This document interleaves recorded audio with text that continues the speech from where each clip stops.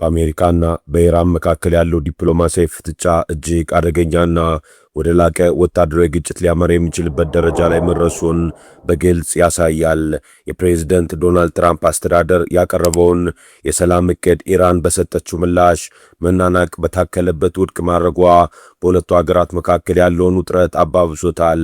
የኢራን ወገን የምንጽፈው ትራምፕን ለማስደሰት አይደለም የሚለው ጠንካራ መግለጫ አገሪቱ ከአሜሪካ የሚሰነዘርባትን የኢኮኖሚና የወታደራዊ ጫና ለመቋቋም የወሰነች መሆኑን ያሳያል።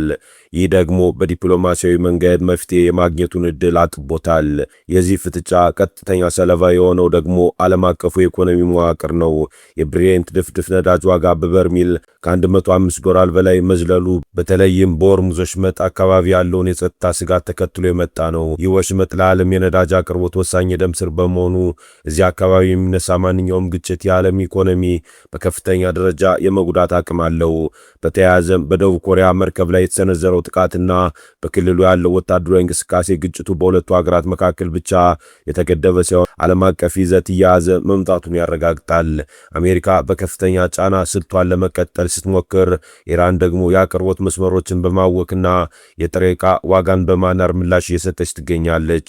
ይህ በ2026 እየታየ ያለው ቀውስ ከዚህ ቀደም ከነበሩት ውጥረቶች ለየት የሚያደርገው በሩሲያ ዩክሬን ጦርነት ምክንያት የደከመው የዓለም ፖለቲካ ተጨማሪ ትልቅ ቀውስ ለመሸከም አቅም ማጣቱን ነው። በአውሮፓ ሆላንድና ቤልጅየም የታዩት ማህበራዊ አለመረጋጋቶች የመካከለኛው ምስራቅ ጦርነት ውጥረት እስከ አውሮፓ ድረስ ማስተጋባት መጀመሩን ያሳያሉ። በአጠቃላይ የትራምፕ አስተዳደር የኢራንን ምላሽ ተቀባይነት የሌለው ብሎ ማጣጣሉና ኢራን በበኩሏ የአሜሪካ ውሳኔ ግድ አይሰጠኝም ማለቷ በቀጣይ ቀናት ክልሉ ወደ ለየለት ጦርነት ወይም ወደ ከፋ የኢኮኖሚ ውድቀት ሊያመራ እንደሚችል የፖለቲካ ተንታኞች ይናገራሉ። የእስራኤሉ ጠቅላይ ሚኒስትር ቤንያሚን ኔታንያሁ በበኩላቸው ጦርነቱ አልተጠናቀቀም በማለት የሰጡት መግለጫ ምንም እንኳን ከሚያዝያ ወር ጀምሮ በተኩስ አቁም ስምምነት ላይ ቢቆዩም እስራኤልና አሜሪካ ስትራቴጂካዊ ግባቸውን ገና እንዳልመቱ ማሳያ ነው። ለኔታንያሁ የድል ማሳያው የኢራን ወታደራዊ አቅም መዳከም ብቻ ሳይሆን በእጇ ላይ ያለው የበለጸገ ዩራኒየም ሙሉ በሙሉ መወገዱና የኒኩሌር መሠረተ ልማቶቿ መፍረስ ነው። ይህ አቋም በቀጣይ ቀናት ዲፕሎማሲው ካልተሳካ እንደገና ወደ ከባድ ወታደራዊ ግጭት የመመለስ ዕድሉ ሰፊ መሆኑን ይጠቁማል። በተለይም ፕሬዝዳንት ዶናልድ ትራምፕ ለኔታንያሁ በዩራኒየም ክምችት ላይ ምንም አይነት ድርድር እንደማያደርጉ ዋስትና መስጠታቸው የአሜሪካን ቀጣይ እርምጃ ይበልጥ ጠንካራ ሊያደርገው ይችላል። ኢራን በበኩሏ በፓኪስታን በኩል የላከችው የመልስ ካውንተር ፕሮፖዛል የአገሪቱን ሉዓላዊነትና የኢኮኖሚ ጥቅም ለማስጠበቅ ያለመ ነው። በተለይ በዓለም የንግድ መስመር ላይ ወሳኝ በሆነው በሆርሙዝ የባህር ሰርጥ ላይ ያላትን የበላይነት አጥብቃ መያዟና የታገዱ ንብረቶቿ እንዲለቀቁላት መጠየቋ ለዋሽንግተን በቀላሉ የምትገዛ እንዳልሆነች ያሳያል።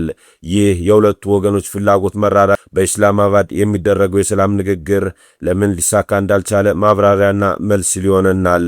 ከዚሁም ጎን ለጎን ኔታንያሁ እስራኤል ከአሜሪካ የምታገኘውን የ$3.8 ቢሊዮን ዓመታዊ ወታደራዊ እርዳታ ወደ አጋርነት ለመቀየርና በሚቀጥሉት 10 ዓመታት ውስጥ ሙሉ በሙሉ ለማቆም ማቀዳቸው ትልቅ የታሪክ ለውጥ ነው። ይህ የሚያሳየው እስራኤል በቴክኖሎጂ በአርቲፊሻል ኢንተለጀንስና በኃይል ዘርፍ ያላትን ብቃት በመተማመን ራሷን ችላ ለመቆም ያላትን ፍላጎት ያሳያል። ሆኖም ይህ እርምጃ በአሜሪካ ውስጥ ለእስራኤል ያለው የሕዝብ ድጋፍ እየቀነሰ ከመጣበትና የማህበራዊ ሚዲያ ዘመቻዎች ጫና ከፈጠሩበት ወቅት ጋር መገጣጠሙ እስራኤል የውጭ ግንኙነት ስልቷን በረዥም ጊዜ ዕቅድ እየቀረጸች መሆኑን ያሳያል። በአጠቃላይ በየካቲት ወር የጀመረው ይኸው ቀውስ የዓለምን ኢኮኖሚ በእጅጉ እየነካው ይገኛል። የነዳጅ ዋጋ በበርሚል $105 ማለፉና የንግድ መስመሮች መስተጓጎል በህንድና በቻይና ላይ ጭምር የዋጋ ንረት እያስከተለ ይገኛል።